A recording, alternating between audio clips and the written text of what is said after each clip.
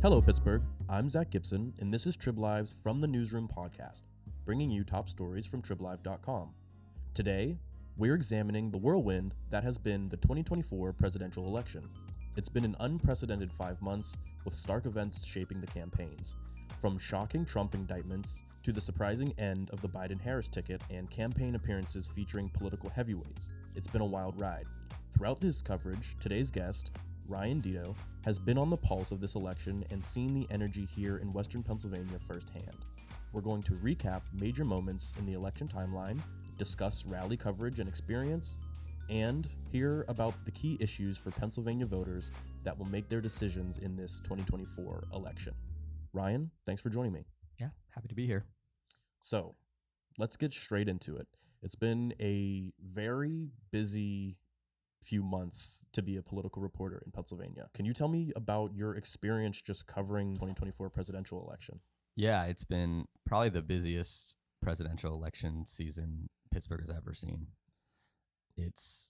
We're at over 20, maybe 24 candidate visits already. This just since like July, honestly. And we have, hundreds of millions of dollars in ads. I'm sure most people are seeing and hearing ads on their TV screen, during their radio shows, and during even just like clicking articles online. That's all because we are arguably, and I would argue, yes, that we are the center of the political universe this election. And so it's been a lot.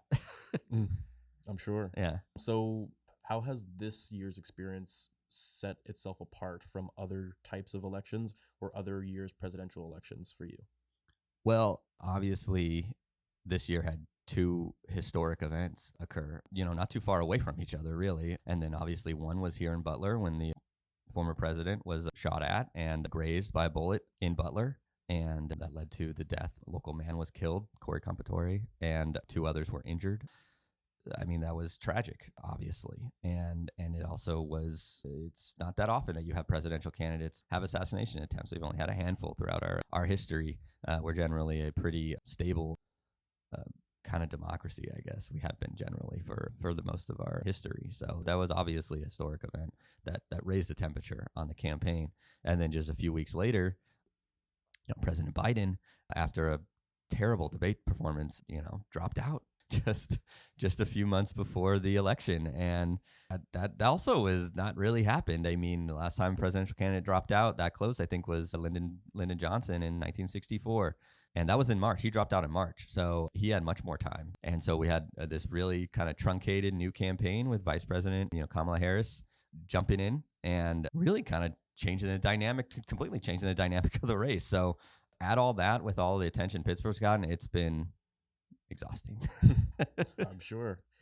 So you mentioned these two election shaping events, the assassination attempt in Butler and the less than appealing debate performance by President Joe Biden.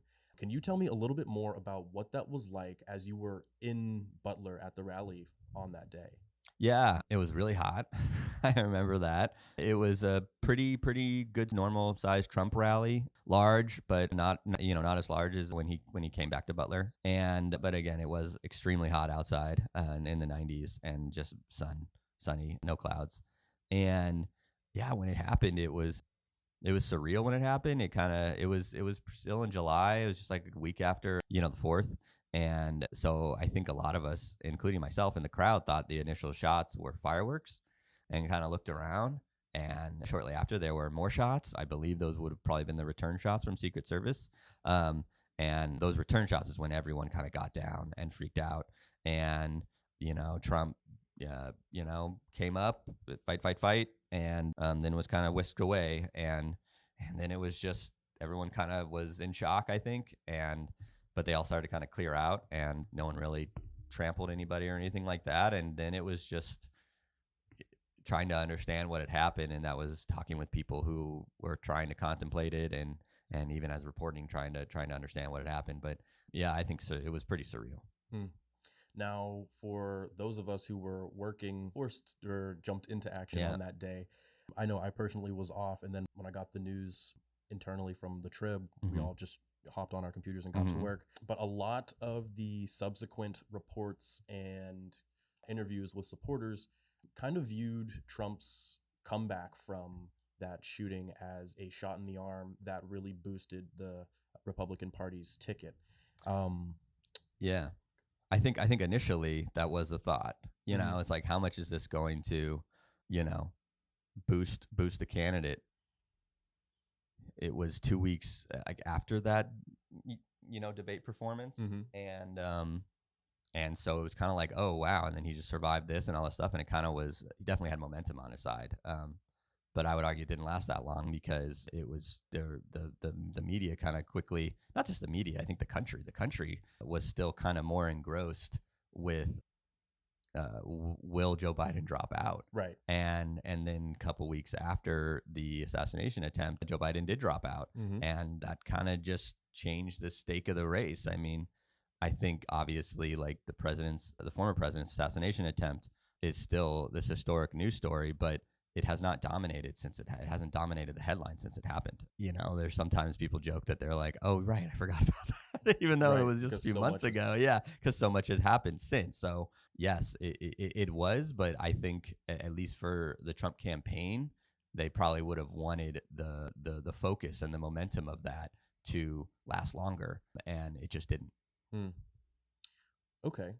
Now, one of the reasons it didn't, as you stated, was the end of the Biden-Harris ticket for the now Harris-Walz ticket, which came after, yes, the shooting, but also the other major topic that you pointed out through this election, which was a notably bad performance by President Joe Biden at the election. Yeah. Can you tell me about that a little bit and how it led into the change for this Democratic ticket and Yeah. what that did for the election? Yeah, it obviously, there was already criticism, especially coming from the Trump campaign, but really just general criticism as well on Joe Biden's fitness and ability to articulate his campaign and really just like message to voters kind of what his reelection strategy was.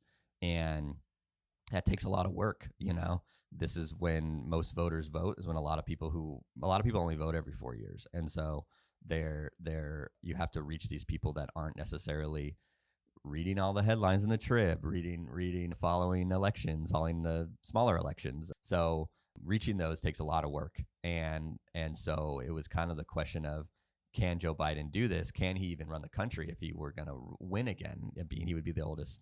He already is the oldest president, and so he would be, and so that question of age was already there. And I think when that debate happened, that really solidified it in like almost everyone's mind, that it was like, okay, yeah, he probably can't. There's still plenty of Democrats that would say, well, he's had a really good presidency. We have this low unemployment, we have this good economy.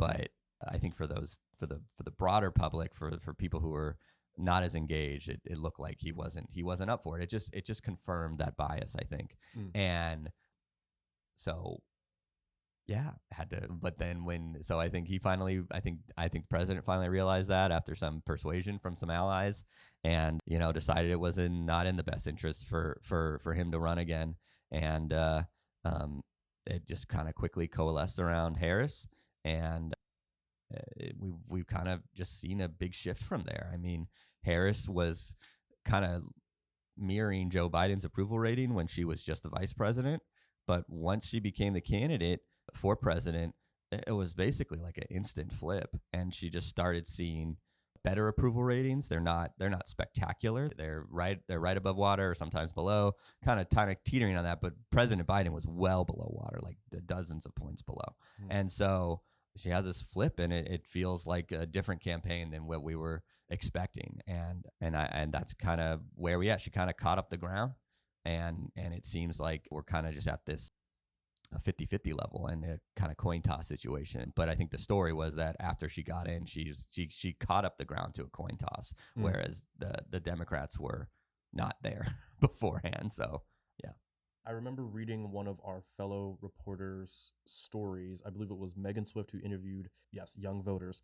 And one of the voters said that the change in the Democratic ticket gave them a sense of relief and they were very excited for a rejuvenated ticket. Now, let's move on to contrasting the campaign strategies. From your experience covering and attending rallies and reporting on both campaigns, can you describe the approaches to both tickets as you've experienced them? Yeah, the Trump campaign is doing what it has done, 9 to 10 years, which is rally its base, basically. Trump campaign wants to try to get its rural and conservative turnout as high as it possibly can get. And so that means focusing on kind of red meat issues for the, MAGA base, which are immigration.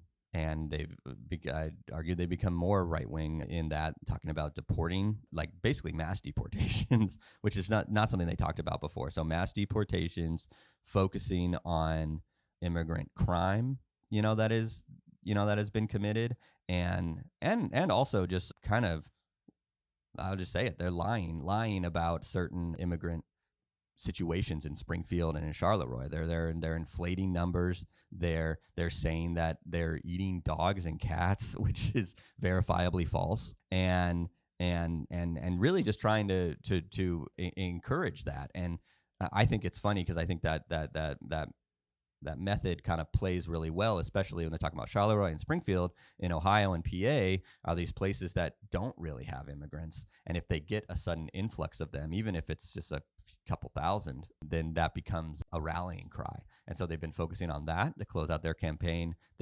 messages, their advertisements, campaign advertisements especially, have been focused on anti-trans issues, basically worrying about what they say biological males competing in women's sports, basically trans women competing in girls' high school sports or something like that. And so that has become a huge issue, criticizing Harris for saying in the 2019 campaign that trans prisoners would get medical surgeries, which as the Harris campaign has pointed out, Trump as president also offered. That's every inmate's right, is to have medical surgeries. So that has been the rallying cry. I think Trump has also spent most of his time here in Western PA, outside of the suburban or urban areas. He's really not looking.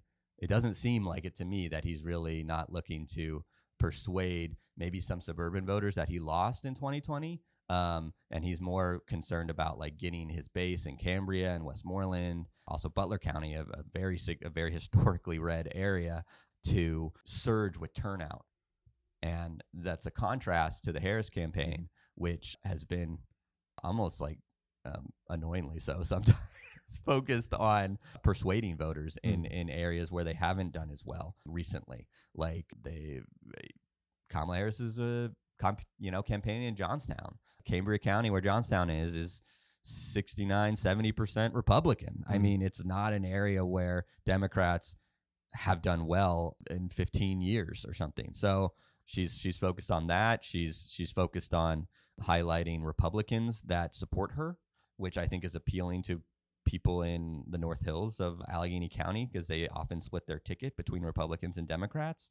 And she's had her vice presidential candidate Tim Walz go out to these really rural areas. I mean, Lawrence County, Fayette County, these and not the cities in those areas, like farms. And that's the contrast of two campaigns, is that Harris is trying to persuade voters to come to her side, to push her over the top, especially in swing states like Pennsylvania. And then Trump is just trying to get his rural MAGA base out in numbers that would overwhelm that. So with these campaign strategies, what have you seen that seems to resonate strongest with the electorate? Are there any things that either campaign has brought to the forefront that's really sticking with voters? I mean, I think the biggest thing is just the economy, obviously, is still the biggest issue for people. And people are concerned about, rising prices. I think that's kind of a little bit of a lag effect on the rising prices, because prices haven't been rising for the last year or two, but they did rise significantly between 2020 and 2022, and so a lot of people were upset about that, and rightfully so. And so they're really concerned about that. So I think any candidate that can kind of touch on that the most is probably appealing to that. But in terms of, if you're just talking about rallies or going these other things, those issues don't come up as much. I think the rallies are for partisans. And so when you talk about what Trump's talking about at rallies, he's definitely focusing more on immigration, trans issues. Those are the things that get the biggest applauses. Those are things when you talk to those voters that they go, well, what's your biggest issue? I asked many people those things. And then the other thing I would say specifically for Western Pennsylvania is fracking. So what conservatives are also concerned about, fracking. And so those issues tend to get the biggest rah-rah at Trump campaigns. At Harris events, abortion, that's definitely drawing voters out. They're very concerned about that. Abortion rights were taken away nationally in 2022 when Roe v. Wade was overturned. And I think Pennsylvanians are concerned that if Trump gets back in office, that they'll do a national abortion ban. Trump has said he won't do that.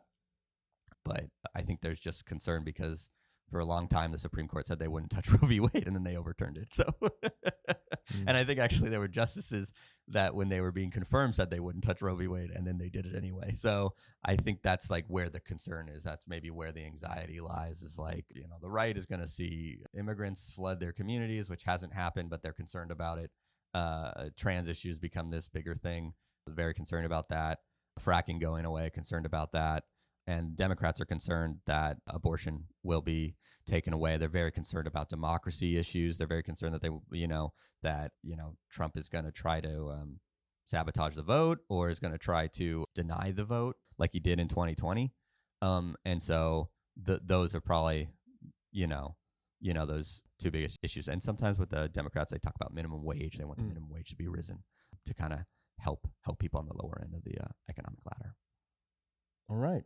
One other thing that I have personally seen in my election perspective and experience is this election seems to be one that is searching for new forms of media as a vehicle to reach voters. Specifically, podcasts. I've seen influencers like Kai Cenat and the Call Her Daddy podcast, comedians like Theo Vaughn and Joe Rogan have all featured presidential candidates in different ways. What have you seen on this front when it comes to younger social media style strategies and tactics? And do you think they have an influential effect?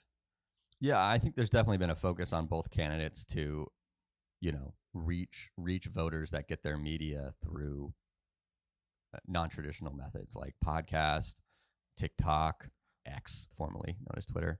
I think that's just following trends of just generally how people consume their media. I think it's the campaigns just following trends, not the other way around.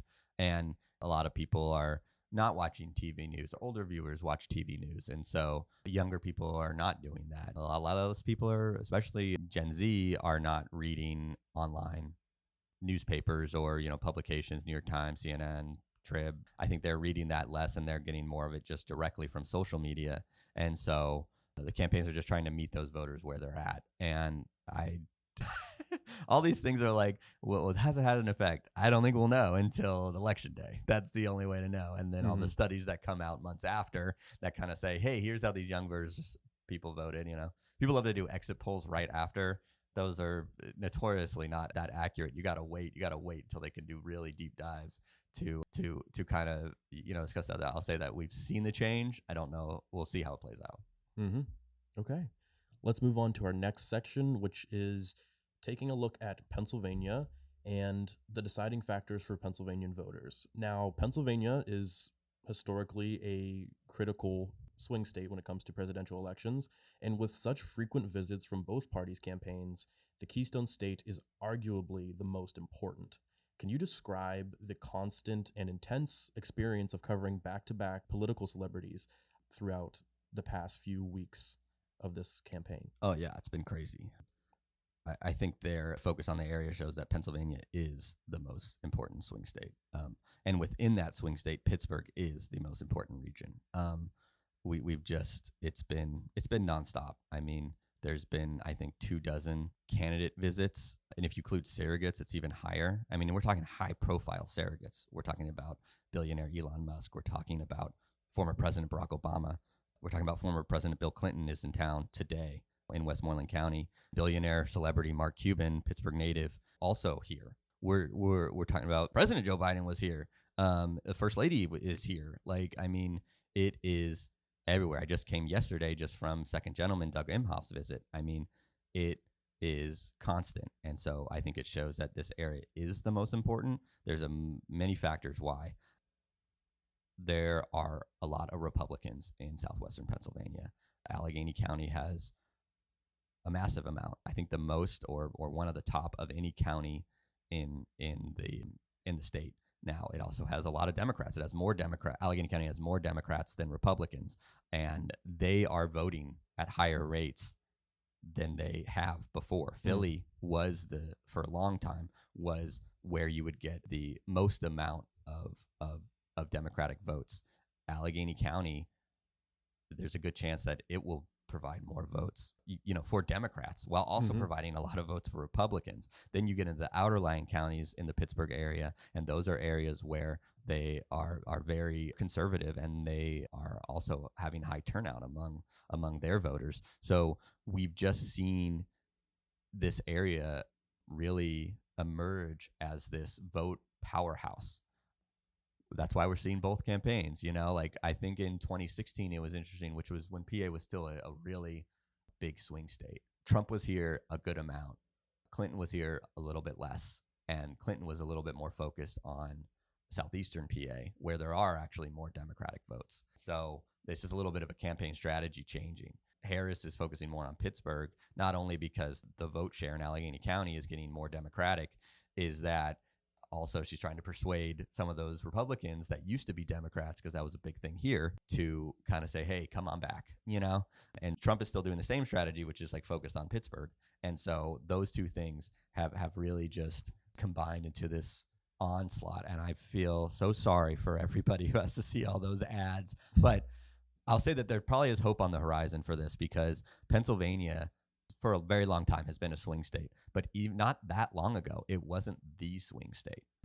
During the Obama campaigns, 2008 and 2012, Obama, Romney, McCain, the biggest swing states were Ohio and Florida. And so even then, we were still a swing state, but we didn't get as much attention as Ohio did or as Florida did. Now, those two states have basically moved right and are on the Republicans' radar. But there's other swing states emerging as well. Georgia's a swing state now. That used to be beet red, And so Arizona was red. Now that's more of a swing state. And then as this kind of moves along, as we get closer, when we get the next census in 2030 and we get those reappointments, Pennsylvania is going to lose at least one, seat, because our population doesn't grow that fast. But Texas, Arizona, Georgia, those areas are going to grow. So we're getting it right now.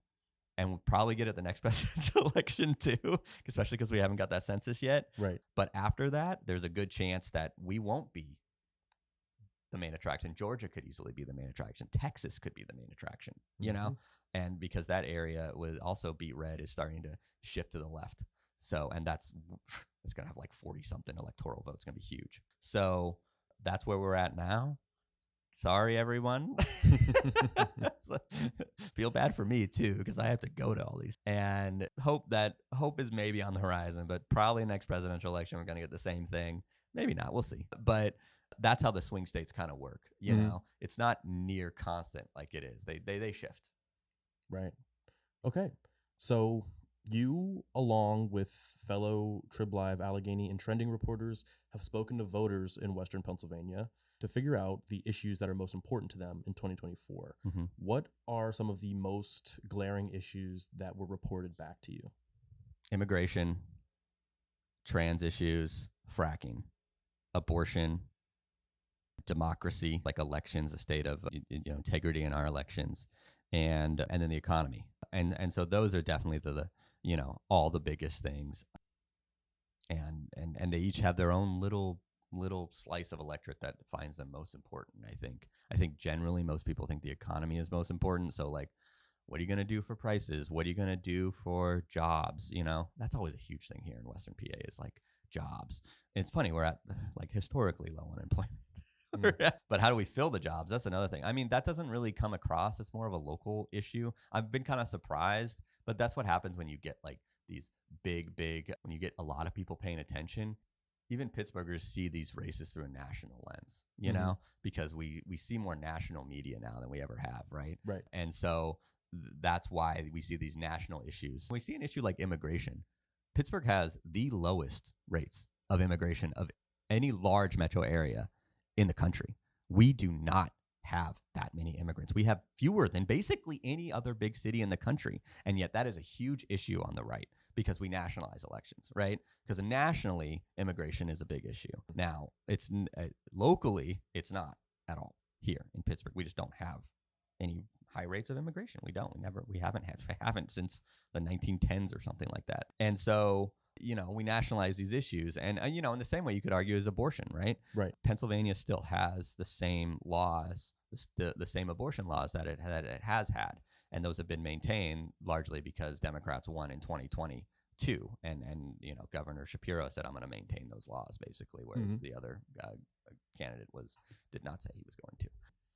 But that becomes a national issue because we become worried about what's going to happen, nationally on that issue that may maybe overrun, the local issues. So I think those are the biggest ones. I also think when we talk to voters, at least the ones that want to talk to us, they're usually more partisan. And so they stick to more of those kind of harder issues like immigration or abortion. And even though the general public at large according to polls, seem to be most concerned about the economy.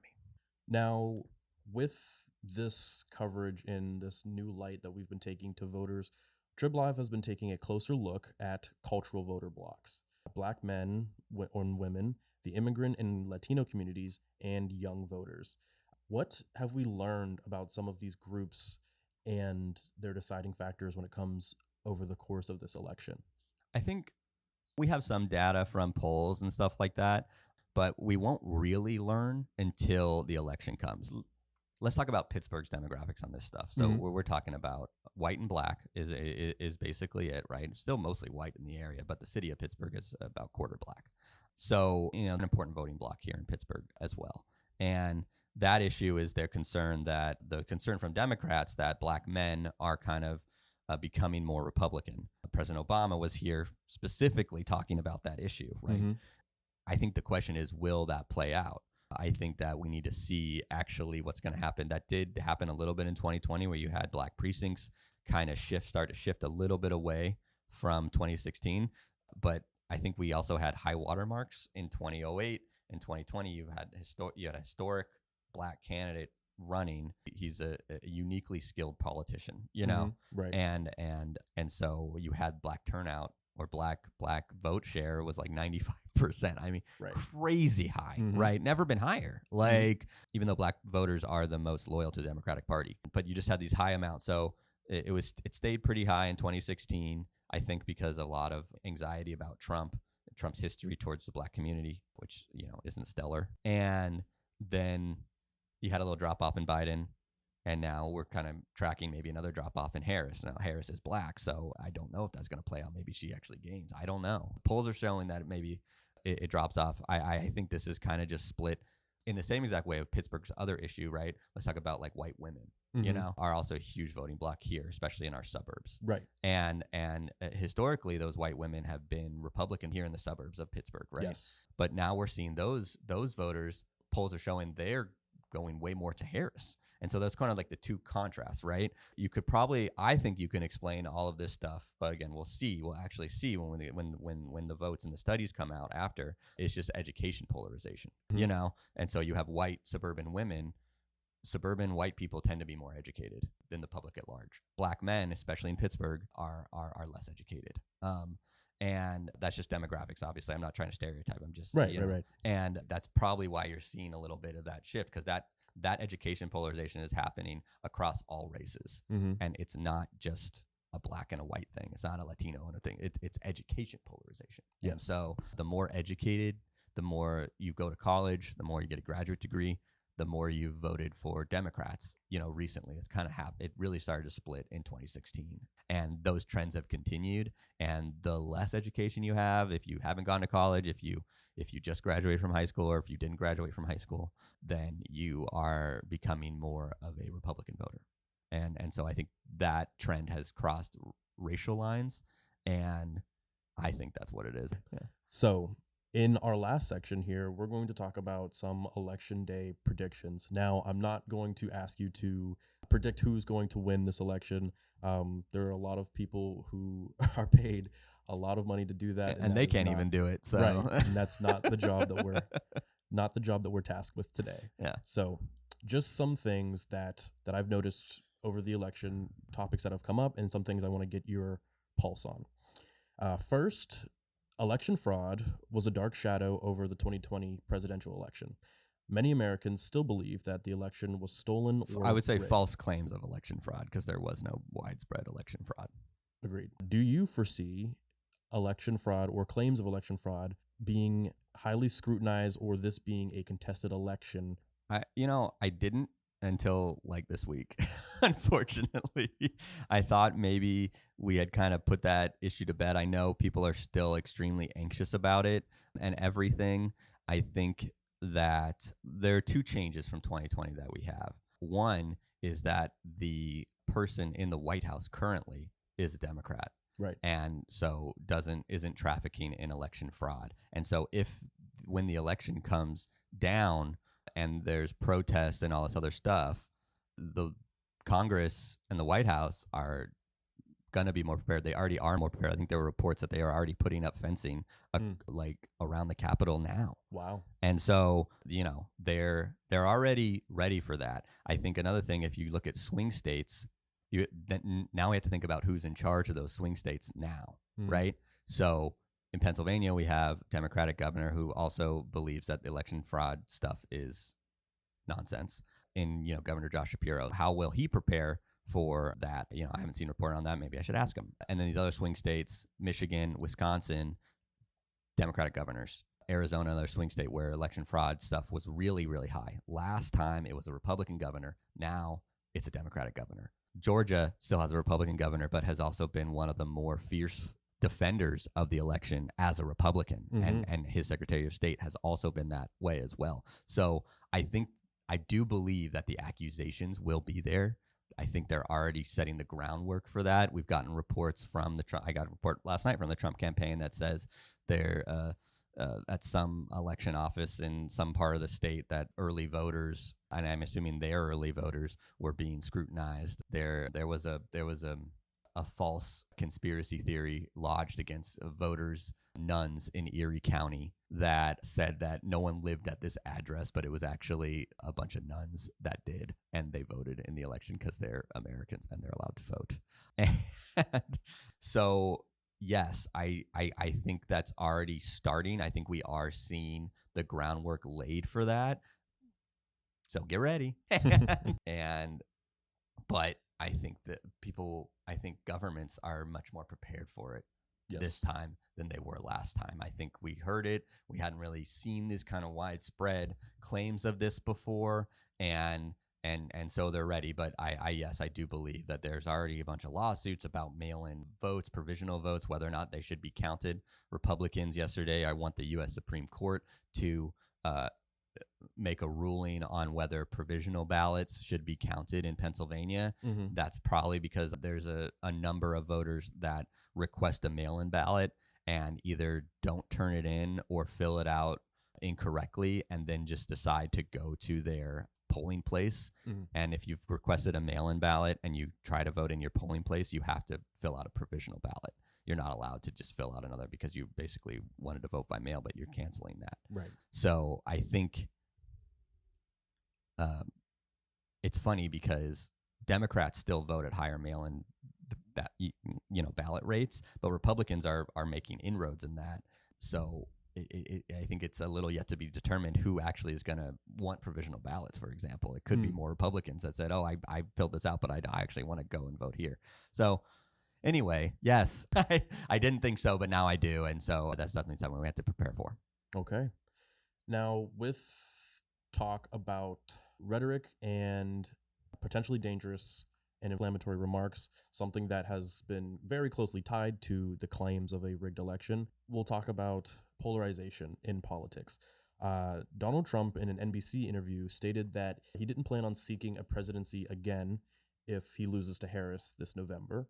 Many social media posts reference him in a rally where he says that he might even leave the country if this happens. Now, with Trump being someone who has been scrutinized over his statements that have been seen as inflammatory or potentially dangerous rhetoric, do you see the future of American politics, a future without Donald Trump, becoming less polarized after 2024? I don't know. Maybe. He's very popular. I mean, I think he's more popular than any other Republican candidate has been in a long time, especially among his, supporters.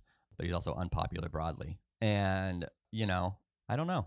I would like to think so, but it's really hard to say. I mean, I think sometimes the base is not just Trump. He's not just it. I think there are very, big movement of conservatives that, support not just Trump. I think Vance has become more popular among them than he was before during his campaign. So I don't know if Vance will be as polarizing or not, if he's the actual candidate. So I think that's yet to be seen.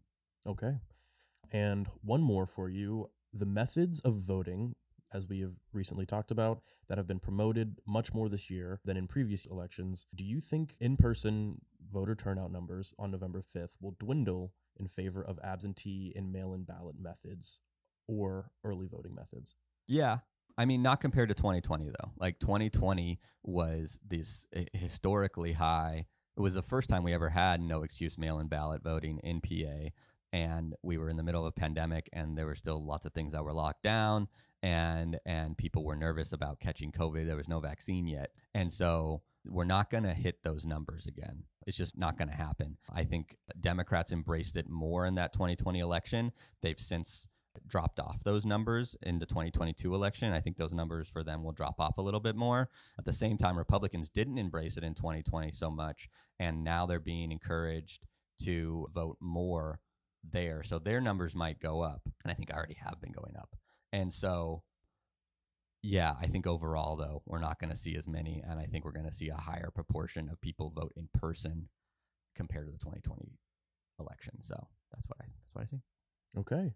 Well, Ryan, thank you for joining me to discuss the election at large and some of the major issues that could be the deciding factors between either end of the ticket. Thanks for having me. Thanks for joining. If you enjoyed this week's episode, share the podcast to help keep Western PA locally informed with insightful discussion and the latest news from your area. It's an easy way to spread the word, and it helps our podcast reach more people like you.